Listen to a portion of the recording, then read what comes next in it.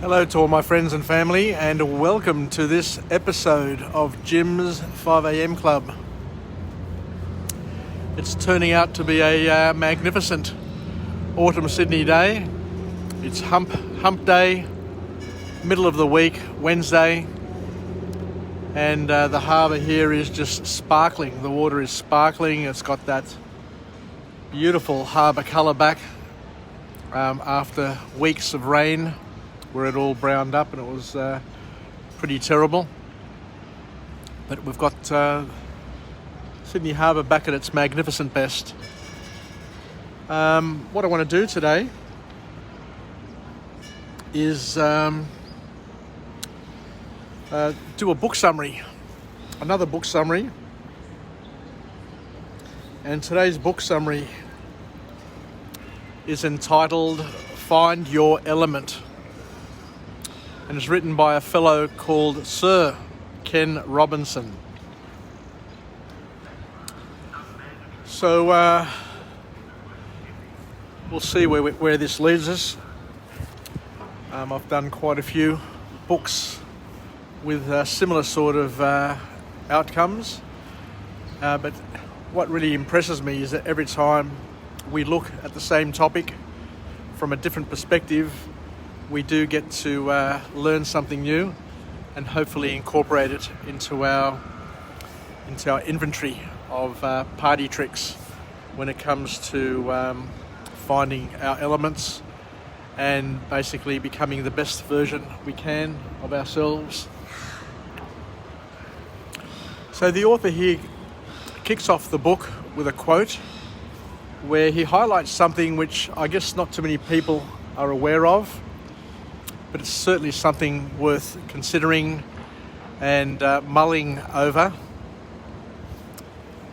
because it is quite interesting.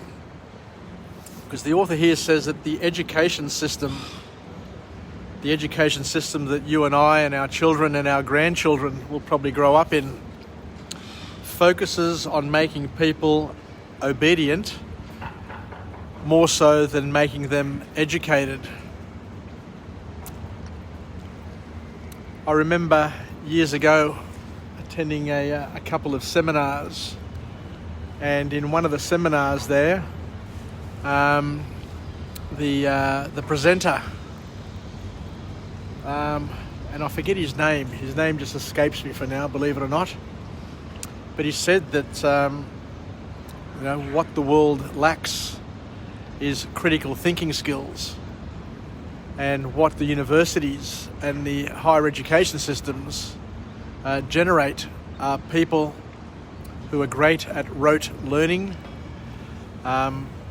people who are very, very specialised at what they do, but at the end of the day, it doesn't generate reams and reams and layers of people who are deep thinkers and who are capable of analysing and basically figuring out things which are a little bit more complex.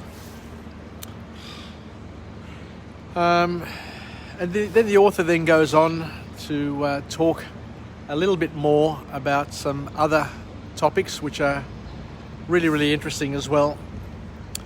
And one of the the calls for our observation is to stop for a second and appreciate our own unique experience called life.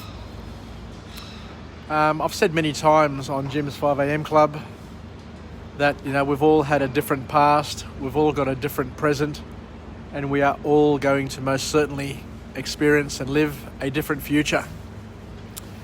And that each and every one of us only have a slither of experience, a slither of the truth or our truth that we use as a baseline, as a benchmark to compare and contrast our life to, and to make very, very important decisions based on it.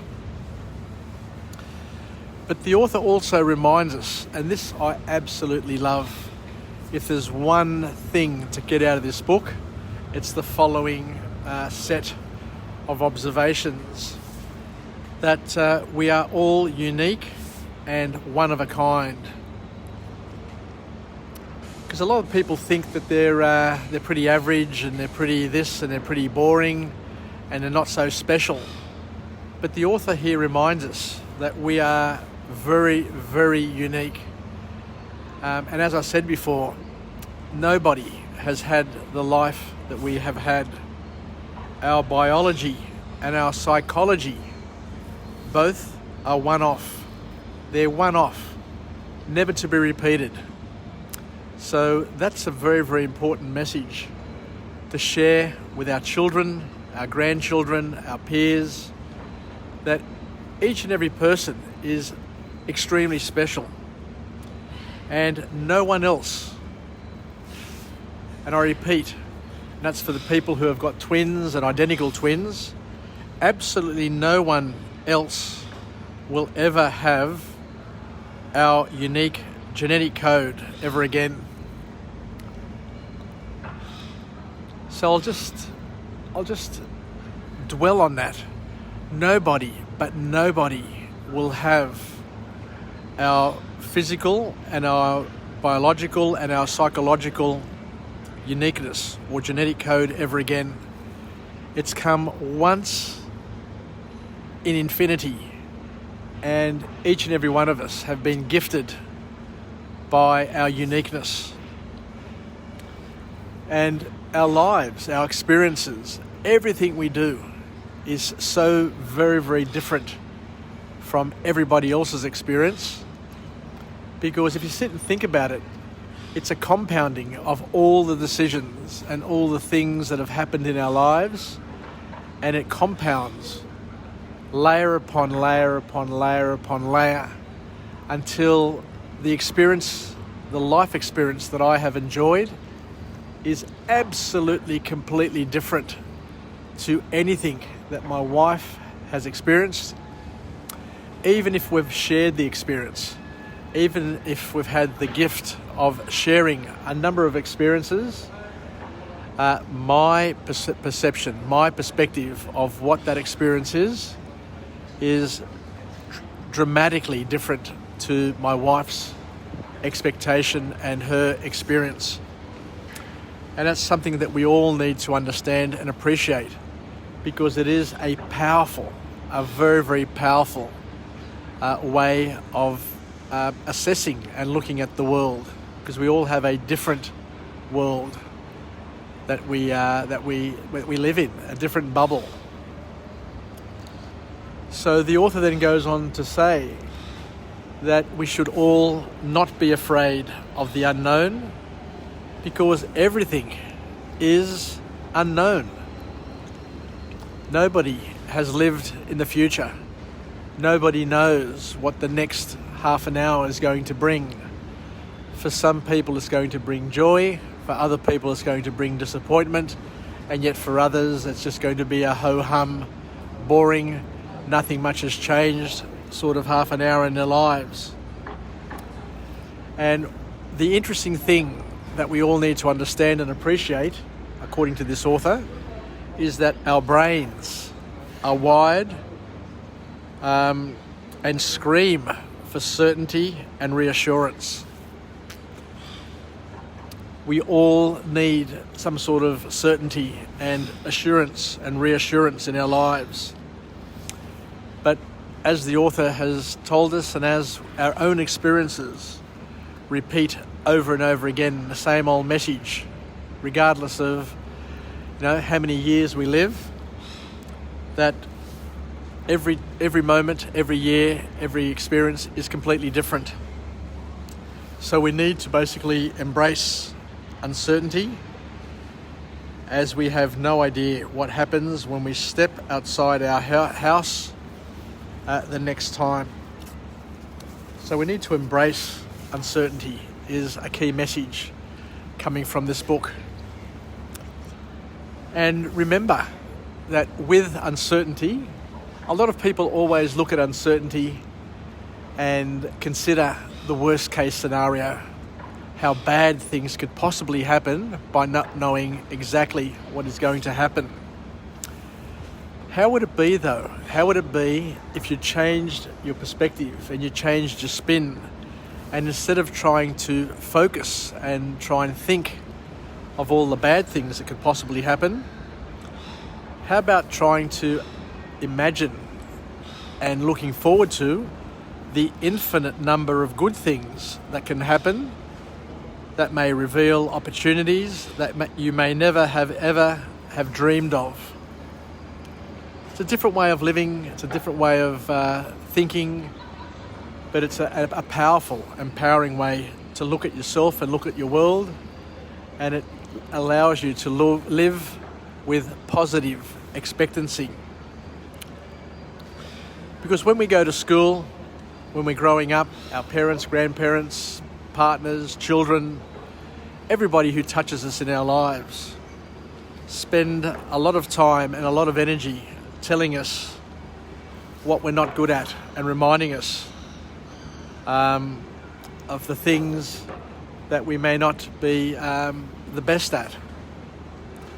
And schools, for example, foster environments of discouragement. Now just spend a moment for a second and just think about all the people in your life, in your past life, your present life, and just think about how they have contributed to your life and to your picture or your story, and whether or not that contribution has been one to help you be encouraged and empowered, or to be discouraged and disempowered, worried, scared, and living with anxiety. The bottom line is that many schools, the school system, tends to drive people away from creative pursuits, and creates fear, uncertainty, and doubt in people's lives, because that's been the model that we've grown up with.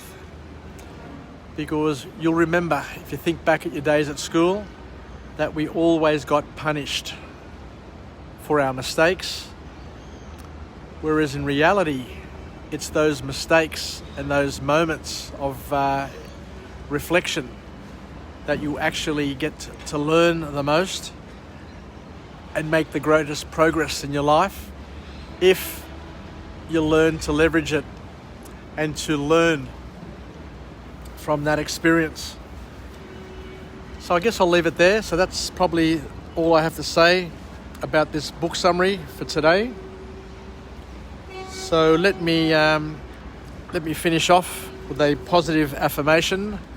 I'm alive, I am well, I feel absolutely great. To my friends and family, stay connected, stay relevant, stay reasonable.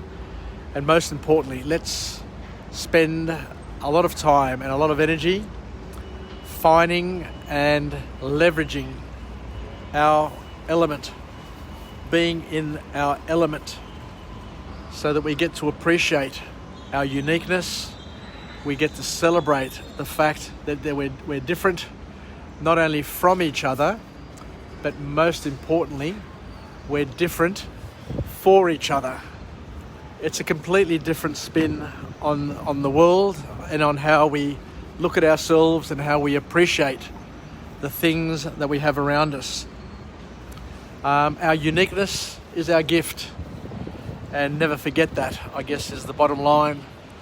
So I'll finish up by saying that I look forward to coming to you again from a different location, with a different message, a message of empowerment, where we can be the wind beneath our wings, and let's live, learn, and pass it on wherever we can.